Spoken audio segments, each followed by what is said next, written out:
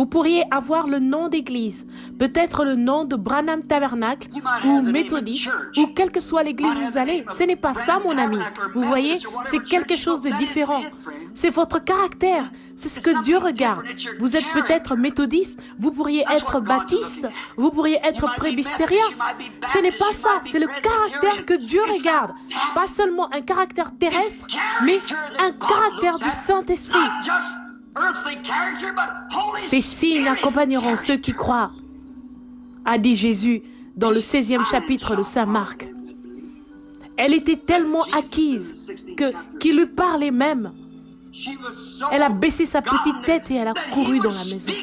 Il est resté là pendant une semaine ou deux. Il a regardé partout, partout. Et il n'a jamais dit plus, mais il a continué à la regarder. Et la nuit avant son départ, il devait partir le lendemain matin. Ils organisaient une grande fête et il l'a surveillée.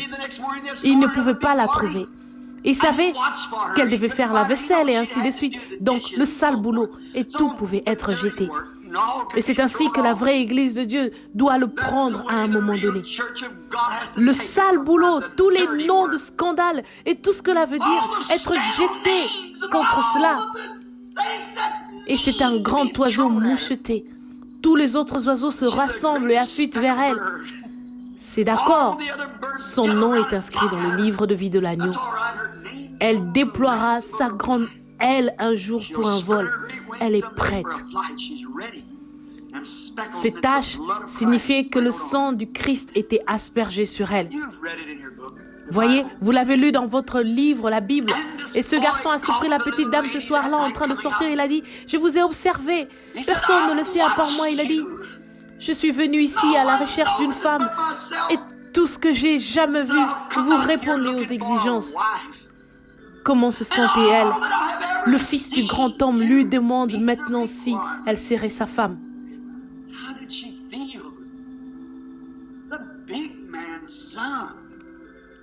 Imaginez simplement ce que ces filles ont dû ressentir quand elles ont regardé par la fenêtre et ont vu se tenant la main avec cette petite cousine méprisée, l'homme qu'elles essayaient de vampirer avec toutes leurs grandes robes fines et volantes et continuant. Et il a dit, veux-tu m'épouser? Oh, dit-elle, monsieur, je n'en suis pas digne. C'est ce que pense la vraie Église. Je ne suis pas digne. Si je pouvais simplement laver ta vaisselle, tout ira bien. Êtes-vous prêt à prendre cette place? Pourriez-vous laver la vaisselle du souper? Seriez-vous prêt à être traité de fanatique? Ou seriez-vous prêt à prendre le chemin avec les quelques méprisés du Seigneur? Êtes-vous prêt? Êtes-vous prêt à votre travail à être marqué? Il y a un homme, c'est un fanatique religieux parce qu'il ne boit pas, il ne fume pas, il ne danse pas, il ne court pas avec les femmes.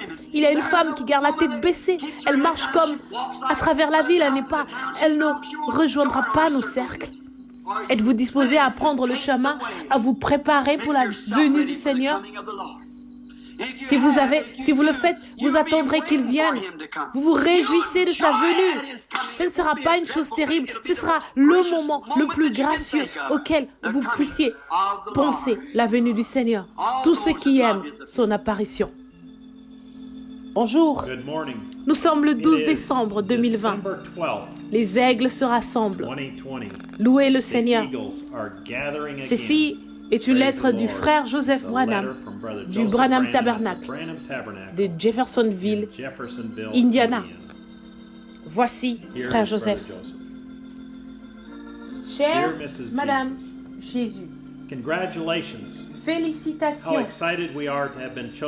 Comme nous sommes excités d'avoir été choisis pour être appelés la précieuse épouse de Jésus-Christ. Nous serons avec notre époux. Peu importe où il est, il ne nous laissera jamais. Nous ne quitterons jamais ses côtés. Nous partagerons son trône. Nous serons couronnés de sa gloire et de son honneur. Nous vivons les jours les plus grands et les plus heureux de notre vie. les jours que le monde entier attendait et désirait ardemment. Jésus qui vient enlever son épouse, élue. L'époux aussi est très excité. Il planifie et il attend ce jour depuis le début des temps. Tous ses invités ont reçu et accepté son invitation. Il a préparé un grand souper pour nous, un banquet avec une table longue de 1000 miles. Il serait lui-même avec nous et il sera notre Dieu. Il essuiera toute larme de nos yeux. La mort ne sera plus.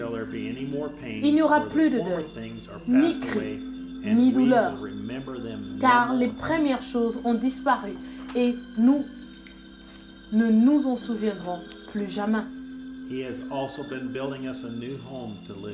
Il nous a aussi construit une nouvelle maison pour que nous allions y vivre.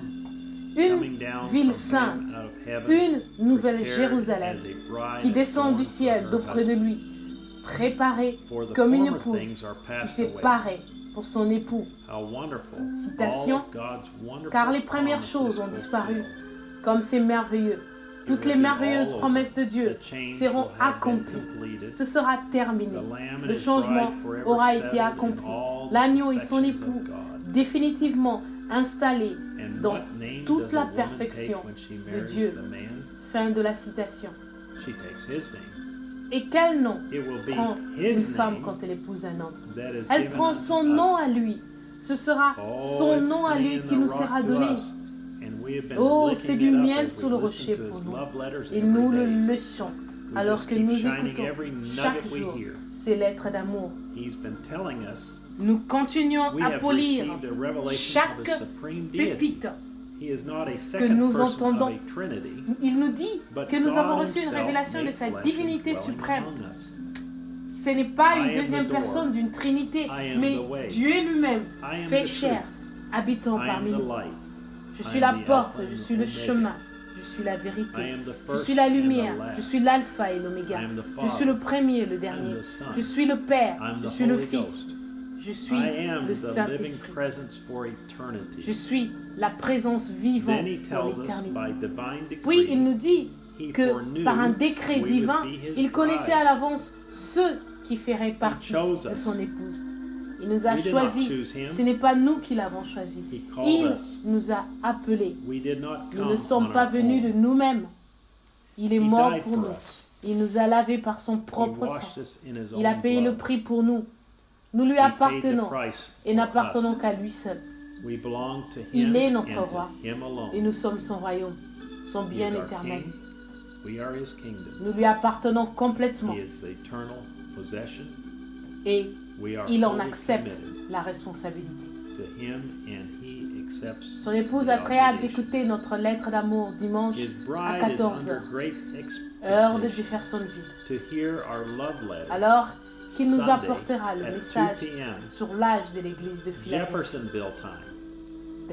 De Philadelphia Church AG, prêché le 10 décembre 1960. Il nous révélera de nouveau que nous sommes la véritable épouse parole qui n'allait pas être ébranlée, mais bien qui allait rester et croire chaque parole. Frère Joseph Branham, Madame Jésus. Et entre parenthèses, dans la lettre, il a écrit Madame Jésus. Les Écritures à lire pour se préparer à entendre le sermon de l'âge de l'Église de Philadelphie sont Saint Matthieu, chapitre 1, versets 1 et 2. Saint Matthieu, chapitre 1, versets 17 à 23. Saint Matthieu, chapitre 16, versets 13 à 18. Saint Jean, chapitre 5, verset 19. Saint Jean, chapitre 10, verset 5. Saint Jean, chapitre 10, verset 7. Saint Jean, chapitre 10, verset 27. Actes, chapitre 15, versets 13 et 14. Romains, chapitre 2, verset 29. Éphésiens, chapitre 2, versets 19 et 20. Apocalypse, chapitre 2, verset 13. Apocalypse, chapitre 2, verset 17. Apocalypse, chapitre 3, versets 7 à 12. Apocalypse, chapitre 3, verset 15. Apocalypse, chapitre 7, versets 9 à 17. Apocalypse, chapitre 21, versets 1 et 2.